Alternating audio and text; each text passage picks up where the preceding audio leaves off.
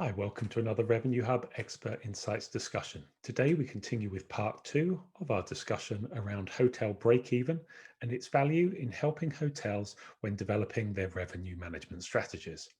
As a reminder, our guests for this conversation are Peter Russell, Chief Operating Officer at Russell Partnership Technology, and Thibault Catala, Founder and Managing Director at Catala Consulting. In this discussion, we explore the different scenarios that may come up as we plan to reopen. We look at the possible cost implications and revenue opportunities these scenarios may create, and how, by understanding break-even and modeling these scenarios, you can see if they will be profitable or not. I hope the discussion is of interest, and please feel free to comment below. We're always interested in your thoughts and views. If you like what we're doing, please subscribe to the channel and click that bell so you know when we have new content. And please don't forget a simple thumbs up. It really helps raise the profile of the channel, and in that way you can help us to help others.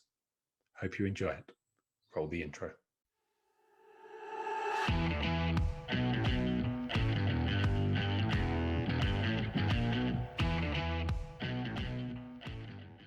Okay, so let's we've touched on some potential scenarios that will occur. Let's try and see how this plays out. We then say, okay, so how do we take a scenario and then how can we model that? And maybe we might jump around a little bit with a bit of screen sharing to say, okay, if we had scenario X, how might that influence our decisions and how might that influence some of our inputs? So for those watching us, you'll probably see a bit of our faces, but maybe you may end up with a bit of a bit of an Excel spreadsheet as well as we look at plugging some numbers in and see how this works. So where do we want to take this? Over to you guys. Should we pick a scenario? I mean, how about I'll throw one out. How about just a scenario, a very generic scenario at the moment, without looking at segments, where we know that there may be some constraints around the level of occupancy that we could actually have to ensure that we have social distancing. So I guess we could have a level of occupancy for our rooms. And then if we look at F&B, we could have a level of occupancy in our restaurants as well. And it might be useful to look at it in both of those terms because of the staffing influence that might come, that we might have a slightly different rooms occupancy that we can have that we could cater for in our F&B operations. Does that, as a simple example, does that work for you guys?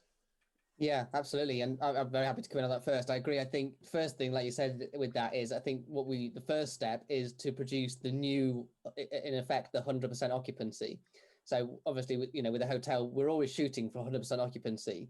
The goal is always to have every room occupied every night. We know the way that we talk about hotel rooms being one of the most perishable products. If we don't sell it tonight, we can't sell it again. So we need to understand if we do have a reduced maximum occupancy. So if that's now 70% of what would have been 100%, that now becomes our 100%. And I think also in sort of psychological terms, we need to see that as being the new success. So we should look at that as being, well, if we get anywhere near to that, then we're doing great. We shouldn't sort of think, oh, well, we're still not where we used to be. I think we have to accept that new norm. And then within that, I think, as you said, we then need to work on what happens within that, because if we're having gaps between room nights, so if we have to have the room clear a whole day to clean it properly before the next guest, then understanding how that impacts the costs and understanding all those other bits. I think with revenue management, there's always been that element around the sort of the black box telling us what we should be doing in terms of revenue management and forecasting. I think a lot of people are throwing those black boxes out the window at the moment, and I'm not saying that's the right thing to do, because it's always for us, in terms of our view, about utilizing that technology, but utilizing that with human intervention as well. I'm not saying don't use those RM systems. They're powerful and they're brilliant. You should be using those as well. I think it's about understanding those and questioning them to then pick out the finer detail to do what we're trying to do at this point. That makes sense. And Thibault, you're nodding away there. Anything else to add into? I love the revenue management black box because it's something which is still the case nowadays. And our role as a revenue manager is to make sure people understand what's going on with the systems, but as well with revenue management. So it's the end of the revenue manager, like just crunching numbers just by himself and not sharing anything, and we don't know what's going on, but we just ask for guidance from revenue manager.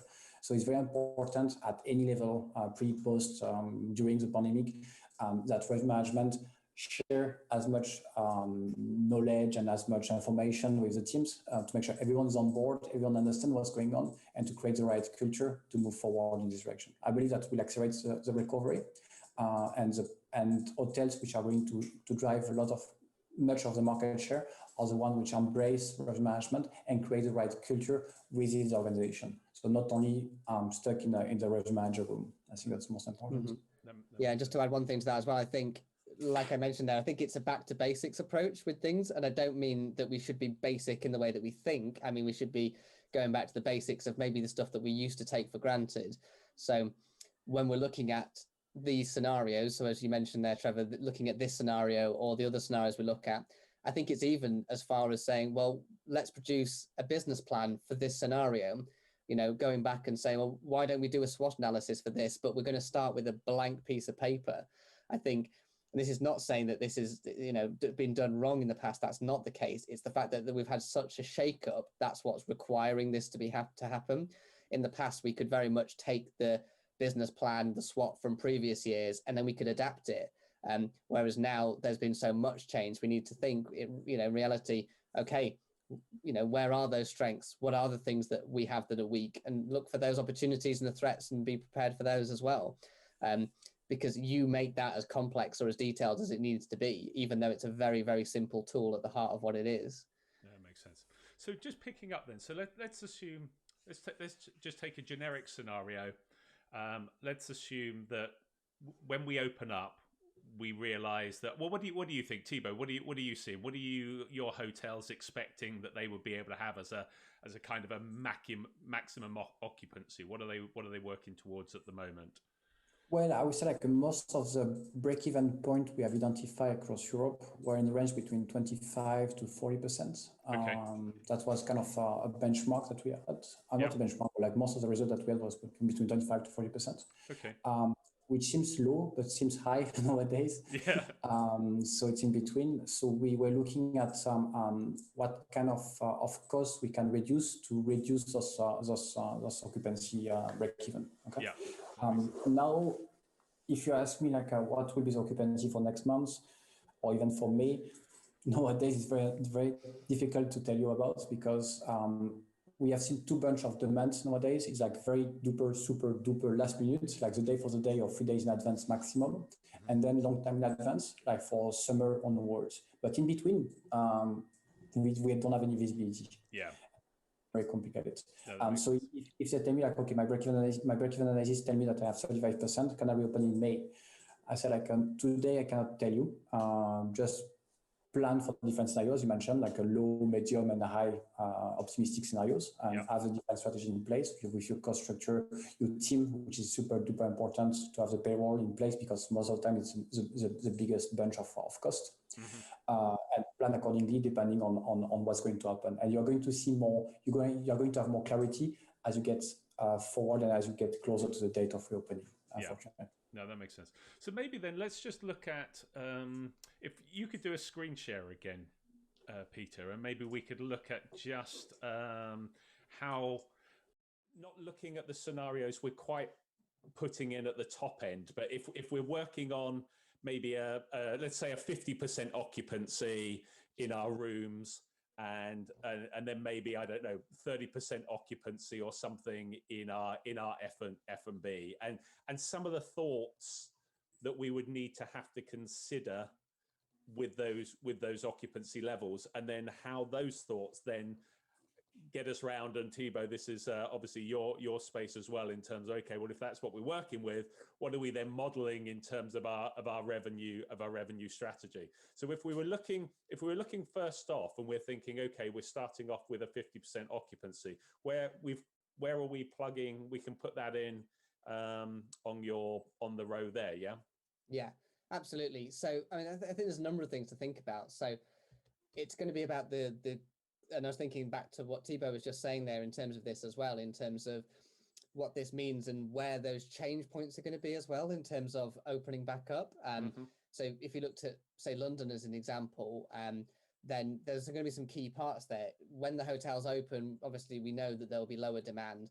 As certain things start to reopen again, so take things like the West End or the theatres and stuff like that, that'll be a big element of bringing people back into the city where they're going to want to stay in a hotel. And then there will be other things, and think about some of the bigger events and things that are happening.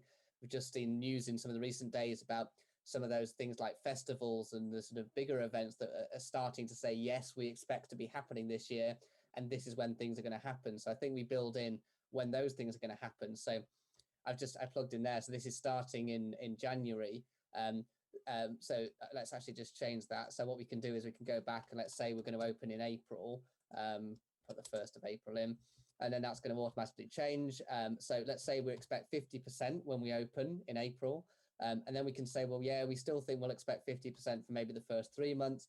Then we think we might grow to 60% for the next 3 months. I'm obviously doing very, very broad numbers there in terms of kind of indicative. 3 months. And then maybe we think we're going to plateau at 70% because maybe that's our top that we talked about. So maybe we're saying, well, actually, when we get to 70%, that's in essence, our new 100%, because we can't get any higher than that. And maybe this is an optimistic approach. Maybe, again, this will vary depending on what people think they can do. The bits underneath, and not that those are irrelevant, but that doesn't really answer the question we were just talking about. What we then would need to think about is thinking through the next bits in terms of the costs, like we talked about. So how do these things change? So these are all done as percentages for this very reason. So as we were just talking about there, those percentages will change, obviously, based on the levels of occupancy. So we need to think, well, what are these numbers? And we need to think, well, what are our staff costs? How is that going to change? How can we tighten our belts in these areas? And then we can think through any of those other elements. So what other costs do we have? So let's say that with the West End reopening, that means that we then have to do something different in terms of the way that we're operating in order to deal with that more people coming back. So then we can start to block in. Well, we think that's going to happen in July. So then we block in the cost element for that within that month, because that's when we're expecting it. Because then we've got our kind of broad macro approach in terms of this is what we're expecting. And then we're starting to drill down into the more finer detail of what we're doing within each bit. So I think that's the way that we would certainly suggest to do this. So being aware of that phasing and then forecasting and in this element to then see, well, what does that look like? So just picking up on that then. So if we've got a reduced occupancy, we might see that our cost levels may be slightly lower to start with and increasing. And then also the other costs that you refer to there, would that be, and I think you touched on it earlier, that if you're doing cleaning between rooms, so there's only certain room nights, that would be that might be other costs that you can build in the cost of the cleaning within those, or there may be other areas within there where you could build it in, but it gives you a chance to model in those additional costs to see, is that occupancy, when we then get to cash flow and profit, is that actually going to be sustainable at those sort of levels? Yeah, absolutely. Yeah. So yeah, it's the broader things that will be true regardless of what's happening through the reopening, and then the sort of date or month or event specific type things. And by event, I mean that could be anything. Especially because we are starting to get words. I touched on it earlier, talking about conferencing and events and things like that. Again, huge topic, and then also things like weddings and things like that. There will be, that business will come back. There is a huge amount of pent up demand waiting to be released in terms of these areas. So that there is demand, and of course that's going to vary based on location and type of hotels and all those sorts of things. But again, with an eye to thinking about those things, that'll be really interesting to see how people forecast for that as well. It makes sense. Very, very quickly, and then I'll switch over to Thibault, because we'll go back up into the accommodation bit in a moment. But just quickly, if we look on the F&B input as well, so we've got a reduced kind of capacity here. So again, we've got that same scenario that we can look at the number of covers or meals per day that we can build in based on a reduced occupancy. Yeah, absolutely. I mean, with this, the way we've built this in terms of the way we've kind of managed it is it's not based on occupancy necessarily, because in a restaurant, we would focus more on predicted number of covers, number of people. Exactly. But so essentially, you know that you've got like a 30%. You can only do 30% for the social distancing of what you normally would do. You can work out how many covers that's typically going to be. Yeah. Absolutely, yeah. And again, we can. It's not. And again, like I said earlier, it's not that we have to completely throw away all the old data that we had. If we know that in good times, you know, or if we know that when we're at 50% occupancy, we know that we would normally have X number of covers, we might say, well, actually, we're now going to say, well, we think we'll do 60% of that number. And then we can then punch those numbers into this, and then we can think about what it means in terms of the other areas as well. How is anything else impacted by that? As we talked about, are the different costs? Do we need less staff because we can't have more staff because we need to distance them as well? So we need to think about the way that those things work, and then are there any other things we need to do? Are there any other costs associated? Have we had to change the way that we deliver the food and beverage? Have we had to change delivery methods? Again, you know, that could be a whole range of stuff, but just making sure that we're dealing with things in a COVID secure way will naturally have changes in the way that stuff is delivered. That makes sense. Thibault, we'll go back and look at the accommodation piece and look at the pricing and the revenue management strategies. But any comments just around what we've just covered so far? Yeah, I mean, on the F&B part, to continue on this one, I believe it's important, as you mentioned, to understand the cost and even the break-even on the F&B. And you have different things that you can look at, such as do you need to open all the outlets if you have different outlets in your property? Can you operate with only one or two, or even like half of an outlet? Can opening times can be reviewed to make sure it's very efficient and productive? That's super important. Can you operate with a reduced menu? Or can you room service hours be reduced? So you have quite a lot of strategic thinking and decisions that you can take based on this analysis to make sure you understand where you're going to not lose money. And I think picking up on your room service point, you mentioned reduced. The other way is also to expand it, because it may well be that you could, if you've got a 60% occupancy in your rooms, but you can only accommodate, say, 30% of what covers you would normally have in your restaurant, well, you've got more guests than you're probably accommodating in your restaurant. But if you're running if the restaurant is open, you might not need as much staff actually in the restaurant, but you could be doing takeaway and they could be ordering from the restaurant and having the room service piece. I think the room service piece is really interesting. I think because, and again, this is not suggesting that there's a right way and a wrong way to do this, but I know a lot of hotels had a real feeling against things like allowing Uber Eats and Just Eat and the kind of delivery service type elements, because they wanted to be able to deliver the room service in-house. Whereas actually, potentially, maybe not longer term, but maybe shorter or medium term, a lot of hotels may actually open their arms to that sort of thing and help to facilitate that for guests who are staying and say, we will help you with this. Some hotels had already started doing that and say, well, you feel free to go ahead, you can order, and then we'll bring it up to your room, because then that allows a really streamlined way of doing that. And it has really good ways of helping with social distancing. So there's a lot of benefits doing things like that, especially as Thibault was just saying, we may not really benefit us to open all the outlets, and especially at certain times of day. You know, maybe it does benefit us to do us during the core hours within the sort of normal. There isn't a normal working day in a hotel, which I know painfully from used to working nights in hotels, but potentially we say, well, actually, we're stopping that food service at 7 p.m. And from that point on, then these are the delivery partners that we work with. And a lot of guests would probably see that as a real plus point. So I think there's some interesting things there around how that can work. I think like the keyword is like maximize productivity, becoming efficient with potentially less, without impacting the guest satisfaction. And that would be super important, complicated, but productivity is a keyword, I believe. That makes sense. Can you just share that screen back again with us, Peter? Yeah, absolutely. Just get Thibault, then we can look into the kind of the cost. So if we've got the accommodation bit, so yeah, if we're working on that, we've got our occupancy levels of, say, 50, as we've modeled them out, 50, 60, 70%. I guess the key thing then is to start looking at, okay, what decisions do we make on a very simple level, just around our pricing, for instance, before we even get into looking at how we're then going to position and promote and use our various different channels.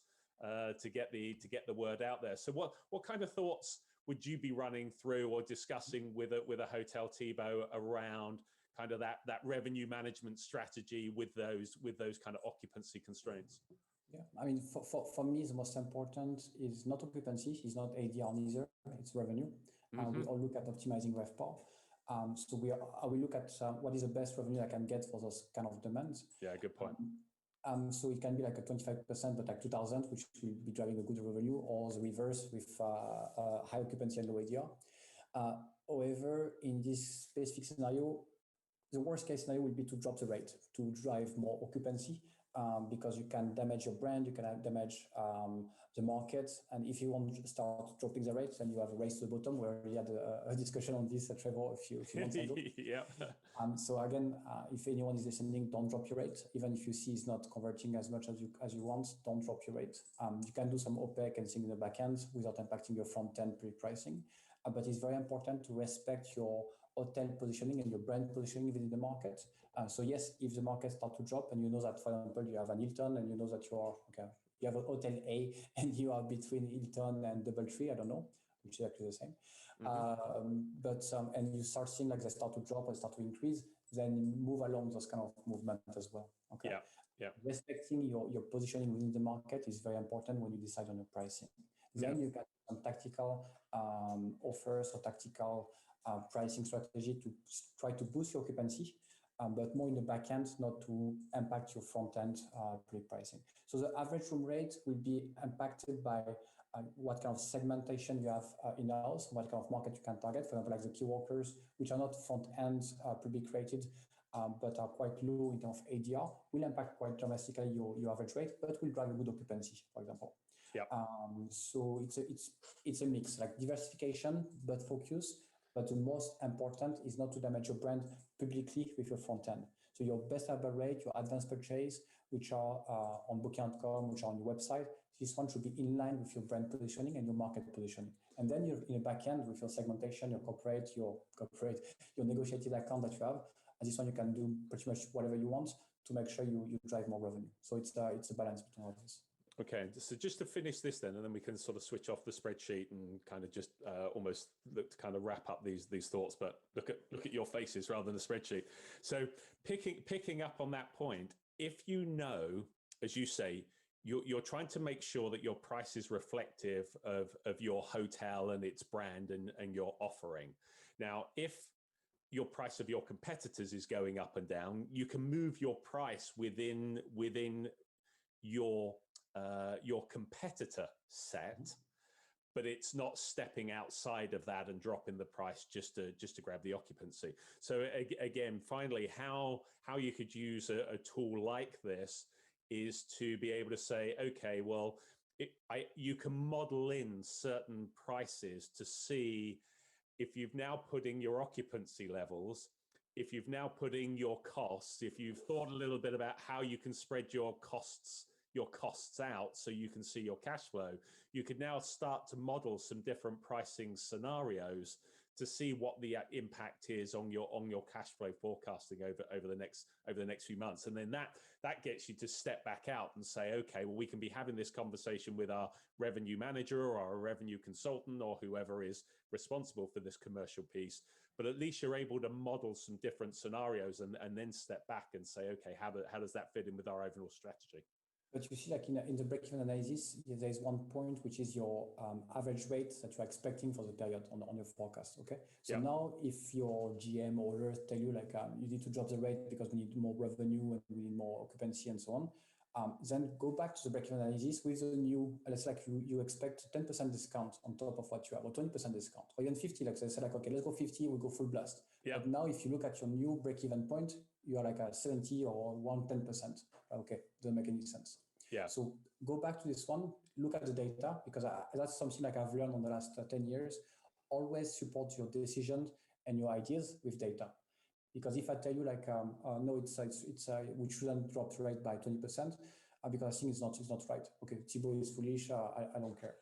But if I show the data based on what I'm saying, like it doesn't make any sense, then it's hard to argue.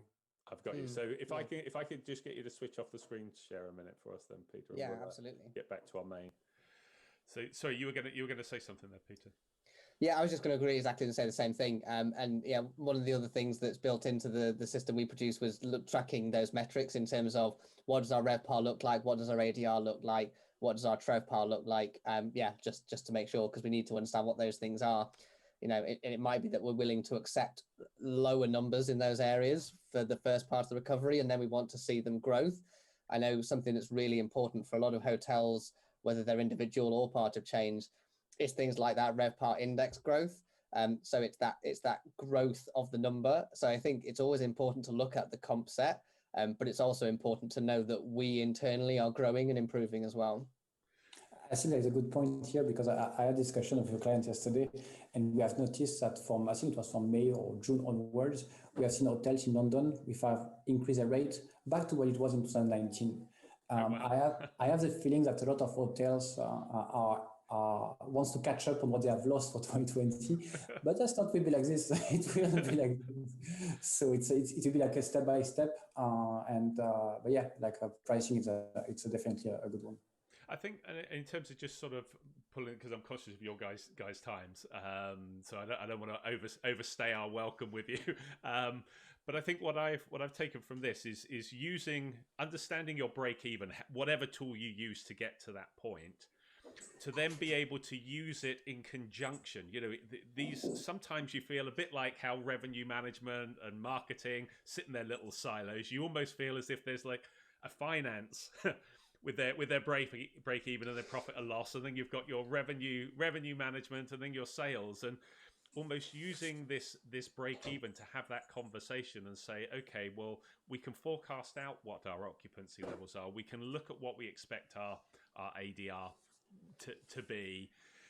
If we want to generate, back to your point, Thibault, I think you gave an example. You know, if we wanted to go with a mass blast and we wanted a discount by 50%, what do we expect? You know, what are we thinking that is going to generate us in terms of increased bookings? And so going back to that sort of tool, you can put in the price, you can put in what increased bookings you expect to see, and then you can go straight to look at the bottom line and say, well, actually, is this going to generate us?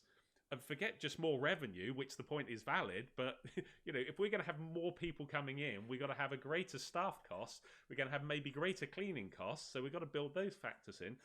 Is it actually a sensible strategy? And so we suddenly start to move beyond this focus on booking and revenue into, is this a profitable revenue strategy for our property, irrespective of the times we're in, but probably even more critical when we are going to be working with reduced demand or reduced occupancy constraints put on us. Is that a fair kind of trying to wrap this up? Is that a fair summary?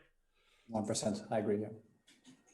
Yeah. Okay. Yeah, I agree with that too. Yeah, I think absolutely. I think it's always been important to have that holistic approach in terms of sharing between departments. Maybe it doesn't always happen, probably because everyone's so busy.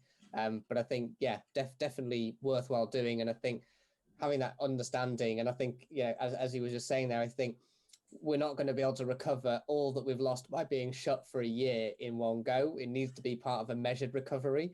And I think it's that understanding that supply is still going to be fixed. It's still perishable. And it's going to be hard to obtain. So I think it's worthwhile working those things in, because it's all going to be part of that recovery process. No, makes sense. Any final thoughts from you guys? I think we've covered everything that we had hoped to. Hopefully, it's been of interest. We've tried to make it a little bit interactive, but actually practical rather than just a theoretical. So hopefully, it's been of value to anyone watching and listening. But again, any final comments from you guys at all? I think, yeah, I mean, for me, the biggest point that we quickly touch, it's we have a lot of hotels which are unable to bring back a full team upon reopening, and payroll is actually quite a big one when it comes to cost. But as well, you have one which will come in the next few months, is the staff shortage. Meaning like you have a lot of shortage in staff, which will have also an increase on the workload for individual employees in all departments. And I'm not even mentioning the Brexit regulation in the UK, which will create even more shortage in the long term. Yeah. But hoteliers are looking for more flexible and affordable solutions. And in my opinion, there are two different areas where you can actually leverage this kind of thing. So first of all, it goes back to the technology point, which is leveraging technology to automate as much as possible. And then a second point is more like for more contractual flexibility, looking to cluster as much as you can any position, like in a back office, like or you can even, and I go back to me as well, hire outsource companies, and that's also a model which has been very popular nowadays because people are looking for more flexibility nowadays. So it can be like sales, marketing, finance, revenue management, everything which is in the back end, and you can clusterize or outsource completely. Mm-hmm. So aim for a digital extension of the team, not replacing anyone or replacing any jobs, but looking at increasing the efficiency with the leverage of technology and outsource or clustering your positions. So, yeah, I only just have two things to add to that. Like just to reiterate what you said, Trevor, in terms of definitely, I would recommend using something to track, measure, and forecast. If anyone's interested, talk to us about our tool, but do go ahead and use something. As we said earlier, that wasn't supposed to be a sales pitch. That was there as an example. And building on Thibault's point there about clustering, this is kind of related to forecasting, but it's a bit more related to the cost control side of things. I heard a really good example the other day from somebody saying that what they'd done is they'd actually got together with some other local competitor hotels, and they'd combined forces in terms of some purchasing to help them to be able to reduce some costs across the two or three of them. In normal times, that sort of thing just doesn't seem to happen, but COVID does seem to have brought people together a bit more and brought more of a sharing, caring nature. So again, look for those innovative strategies, whatever they are, because there will be things that can help people. That's a good example. Brilliant, guys. Superb. Thanks so much. Always good to talk with you. Personally found it really interesting. So hope others feel the same, but I certainly got something from it. Certainly was very interesting. And I really do appreciate your time. Thanks so much. Thank you, Trevor. Thanks for hosting. Cheers, Trevor. Take care. Bye-bye. Bye. Bye. So that's the end of part 2 and this discussion around hotel break-even and its benefit when developing revenue management strategies as we start to reopen. Thanks again to Peter and Thibault for joining us. It's really appreciated. If you like the discussion, please don't forget to give a thumbs up. I know every video asks for it, but by giving a thumbs up or subscribing, you help raise the profile of the channel, and in that way, you help us to help others. Now, if you haven't seen part 1 of this video, here is the link. If you're interested in other expert insights, here is our playlist. And please don't forget to subscribe. Here is the button. Thanks again for watching.